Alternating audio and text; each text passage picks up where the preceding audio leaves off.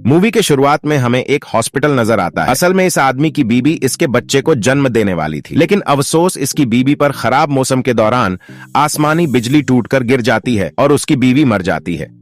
लेकिन डॉक्टर उसके बच्चे को बचा लेते हैं। ये बच्चा नॉर्मल नहीं था, बल्कि इसे एक रेड जेनेटिक पिजस होती है जिसे एल्मिजन कहते हैं। इस बीमारी में शरीर के पिगमेंटेशन खत्म हो जाती है, जिसके कारण शरीर सफेद हो जाता है। यह आदमी अपने बच्चे को ही मनहूस समझता है, क्योंकि इसे लगता था कि बच्चे की वजह से ही उसकी बीवी की डेथ हुई है, इसलिए वह इस बच्चे को यहीं छोड़कर चला जाता है। हम देखते हैं कि एक घर में एक बूढ़े आदमी की डेथ हो गई थी। तभी यहाँ पुलिस छानबीन करने के लिए आती है और इस केस को एक डॉग बर्नम नाम का एक पुलिस ऑफिसर देखता है। छानबीन के दौरान डॉग बर्नम को इस बूढ़े आदमी के घर पर कुछ ऐसा दिखाई देता है कि डॉग बर्नम की आंखें खुली की खुली रह जाती हैं। इसके बाद डॉग जैसी नाम की एक साइकोलॉजी से बात करता है। डक की बात सुनकर डॉग और जैसी जैसे ही उस बूढ़े आदमी के घर जाने का फैसला करते हैं और नीचे बेसमेंट में पहुंचते हैं। बेसमेंट में एक अलग सा लड़का दिखाई देता है जिसका पूरा शरीर सफेद था और इसके शरीर पर एक भी बाल नहीं था। जैसी जैसे ही उसे देखती है तो वह हैरान रह जाती है। वह लड़के से उसका नाम पूछती है। लड़का अपना नाम जैमी बताता है। आपको बता दें, जैमी वही लड़का है जिसको उसके पिता हॉस्पिटल में ही उसे मनहूस समझकर छोड़ गए थे, जिसके बाद उसे उसके दादाजी ने अपनाया और इसे दुनिया की नजरों से छुपा के रखा। यानी जेरेमी अभी तक घर से बाहर नहीं गया था और ना ही इसकी पढ़ाई स्कूल में हुई थी, लेकिन फिर भी जेरेमी के पास बहुत सी किताबें थी। भले ही जेरेमी शारीरिक तौर पर मजबूत नहीं था, लेकिन मानसिक तौर पर उसका कोई भी मुकाबला नहीं कर सकता था। तभी तो जेरेमी को अपनी लाइब्रेरी की हर एक किताब का एक एक पेज याद था। दादाजी की डेथ के बाद जेरेमी बिल्कुल अकेला हो गया था, इसलिए जैसी और डाक उसको ऑर्फनेज में ले जाते हैं। जेरेमी पहली बार अपने घर से कहीं बाहर जा रहा था, लेकिन जैसे ही जेरेमी ऑर्फनेज में जाता है तो सभी बच्चे उसे घूरने लगते हैं। जेरेमी हर वक्त काला चश्मा पहनकर रखता था, क्योंकि उसकी आंखें बहुत ही ज्यादा सेंसिटिव थीं, जो सूरज की रोशनी नहीं झेल पाती थीं। यहाँ के बच्चे जेरेमी को चम्मच को बैलेंस करने को कहते हैं। पहले तो जेरेमी ऐसा करने से मना कर देता है, लेकिन फिर जॉन उसे धमकाता है और जेरेमी किसी तरह से चम्मच को बैलेंस कर देता है और तभी वहां मौजूद सारे चम्मच इस चम्मच से आकर चिपक जाते हैं। यह नजारा देखकर सभी की आंखें खुली की खुली रह जाती हैं और जॉन जेरेमी की यह पावर देखकर बहुत गुस्सा हो जाता है। अगले सीन में हमें जैसी नजर आती है, जो कि जेरेमी के शरीर की जांच करवाती है। चेकअप करने के बाद डॉक्टर बताते हैं कि जेरेमी की बॉडी बिल्कुल नॉर्मल है। जेरेमी हर वक्त चश्मा लगाता था, इसलिए जैसी जेरेमी के लिए लेंस ऑर्डर कर देती है। साथ ही जैसी उसका एडमिशन एक स्कूल में करवा देती है ताकि जेरेमी अच्छे से पढ़ सके। यहाँ जेरेमी फिजिक्स की क्लास में बैठा हुआ था और डोनाल्ड नाम का एक टीचर इन्हें बिजली के बारे में बताता है। इसी क्लास में लिंडसे नाम की लड़की थी जो जेरेमी को देख रही थी। इसी बीच डोनाल्ड एक इलेक्ट्रिसिटी मॉडल पर एक एक्सपेरिमेंट करता है, जिसकी वजह से बिजली निकलना शुरू हो जाती है। बिजली को देखते ही जेरेमी का शरीर कांपने लगता है। धीरे धीरे बिजली इतनी ज्यादा बढ़ जाती है कि सीधा जेरेमी के पास आ जाती है। बिजली को देखकर ऐसा लग रहा था जैसे कि जेरेमी इसको अपनी तरफ खींच रहा है। यह देखकर तुरंत डोनाल्ड पहले बिजली को बंद करके जेरेमी को हॉस्पिटल लेकर जाता है और जब डॉक्टर जेरेमी का चेकअप करते हैं तो वह देखते हैं इतने बड़े शॉक के बाद भी जेरेमी को कहीं पर भी चोट नहीं आई और ना ही उसे कोई जख्म हुआ है। और यहाँ हॉस्पिटल में डॉग भी आ जाता है और उसे डोनाल्ड बताता है कि जेरेमी ने बिजली को अपनी तरफ से अट्रैक्ट कर लिया था। शायद यही वजह है कि उसके शरीर पर एक भी बाल नहीं है। यह सुनकर डॉग जेरेमी से मिलने जाता है, लेकिन जेरेमी कमरे से भाग जाता है और अकेला सड़क पर दिखाई देता है। तभी रास्ते में उसकी लैंडसे से मुलाकात होती है। जेरेमी उससे इंटरस्टेट रेलवे लाइन का पता पहुंचता है और अकेले ही रेलवे ट्रैक से अपने घर के लिए निकल जाता है। लेकिन तभी रास्ते में डॉग सामने आ जाता है और जेरेमी से वापस चलने के लिए कहता है। पहले तो जेरेमी मना कर देता है, लेकिन बहुत जिद करने के वो बाद वापस उसके साथ चला जाता है। यहाँ पर इसको एक कमरे में ले जाया जाता है जहाँ पर बहुत सारे लोग थे। यहाँ पर एक आदमी जेरेमी को बताता है कि तुम्हारा आईक्यू इस दुनिया में सबसे ज्यादा है। अब ये तुमने बुक से सीखा या किसी और से? इसमें जेरेमी बताता है कि वो रेडियो या टीवी के पास नहीं जा सकता क्योंकि ये खराब हो जाते हैं। जेरेमी अपने घर वापस जाने के लिए कहता है, जिस पर वो लोग उसे बताते हैं कि उसका घर बैंक ने सीज कर दिया है। यह सुनकर जेरेमी यहाँ से चला जाता है। इसके बाद जेरेमी का स्कूल एक एक्टिविटी प्लान करता है जिसमें बाहर शरीफ भी शामिल थे, लेकिन जेरेमी इससे भी खुश नहीं होता है और अकेला जाकर बैठ जाता है।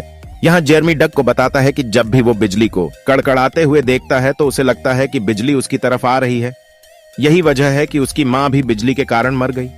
अगले दिन डंकन एक हिरण को मार देता है और इस बात को किसी को भी बताने से मना कर देता है। यहाँ जेरेमी भी मौजूद था। और हिरण को मारा हुआ देखकर बहुत दुखी होता है।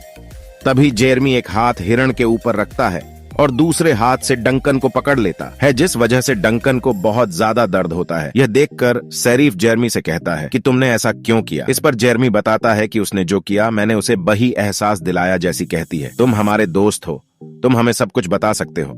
लेकिन जेरमी यहाँ से गुस्सा होकर चला जाता है। दूसरी तरफ हमें डग की बीमार बीवी दिखाई देती है। डॉक्टर डग को बताता है कि जितने समय से तुम्हारी बीवी इस दर्द को सह रही है, जरूर कुछ ऐसा है जो तुम्हारी बीवी को रोके हुए हैं। इसके बाद डग उसे पिछले हादसे के बारे में पूछता है, आखिर जेरमी ने उसके साथ क्या किया है। इसे डंकन बताता है कि जब जेरमी ने उसका हाथ पकड़ा था तो वो हिरण की तड़पती हुई एक एक सांस को महसूस कर पा रहा था। उस वक्त वो बहुत ही दर्द में था। ये सुनकर डग जेरमी को अपनी बीबी के पास लेकर जाता है ताकि वो उसकी बीबी के बारे में कुछ बता सके।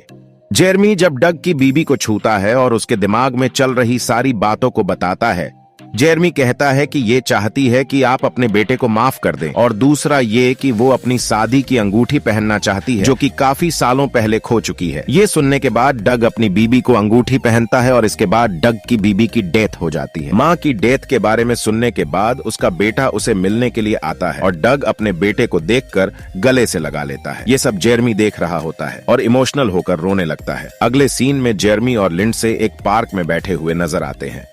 वो ये सभी के मन की बातों को बताता है कि यहाँ सभी लोगों का सोचना है कि वह सबसे अलग है, लेकिन ऐसा नहीं है। वो हर एक चीज से जुड़े हुए हैं, लेकिन ये सभी बातें लिंडसे के बिल्कुल समझ नहीं आती।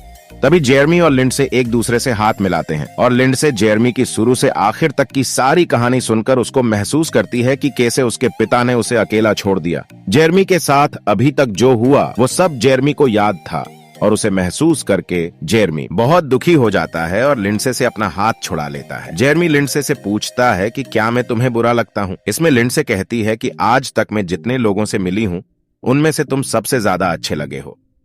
ये कहकर लिंडसे जेरमी के बहुत करीब आ जाती है और उसे लिप किस करती है। लिंडसे को किस करते हुए उसके पिता उसे देख लेते हैं और इन दोनों के पास आकर जेरमी को मारना शुरू कर देते हैं और उसे लिंडसे से दूर रहने के लिए कहते हैं।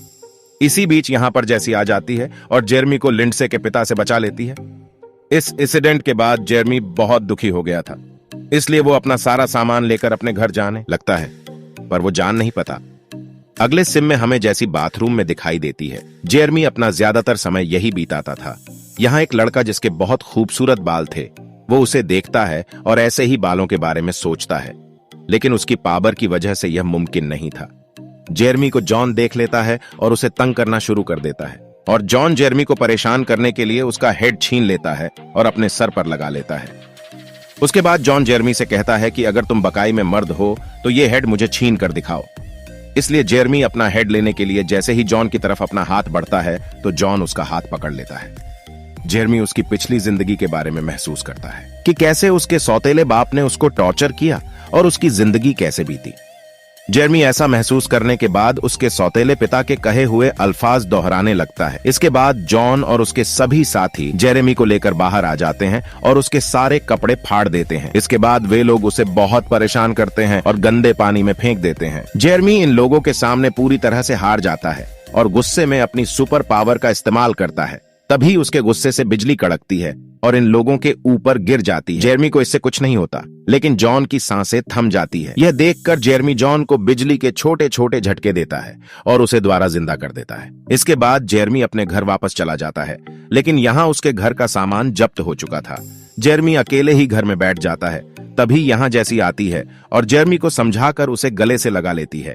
इसी बीच डोनाल्ड भी आ जाता है, जो कि जेरमी का बहुत ही अच्छा दोस्त बन चुका था। जेरमी को परेशान देखकर जैसी उससे कहती है कि वह उसे ऐसी जगह पर ले जाएगी जहां उसे परेशान करने वाला कोई नहीं होगा। जैसे ही यह लोग बाहर निकलते हैं, पुलिस उसे गिरफ्तार करने के लिए आ जाती है, क्योंकि पुलिस को जॉन के एक्सीडेंट की खबर लग चुकी थी। लेकिन यहाँ डग जेरमी को बचा लेता है और जैसे ही पुलिस ऑफिसर पुलिस स्टेशन में उसकी रिपोर्ट करने के लिए फोन करते हैं, डाग उसका वॉकी टॉकी फेंक देता है और इसी बीच मौसम बहुत खराब हो जाता है और जेरमी भागने लगता है। यह देखकर डंकन भी जेरमी के पीछे भागने लगता है और इसके बाद सभी लोग भागना शुरू कर देते हैं, लेकिन जेरमी बिजली की गिरफ्त में आ जाता है और गायब हो जाता है। यह लोग अफसोस से ज्यादा खुश होते हैं, क्योंकि जेरमी उस जगह पहुंच गया था जहां उसे होना चाहिए था। और फिल्म यहीं पर खत्म होती है दोस्तों।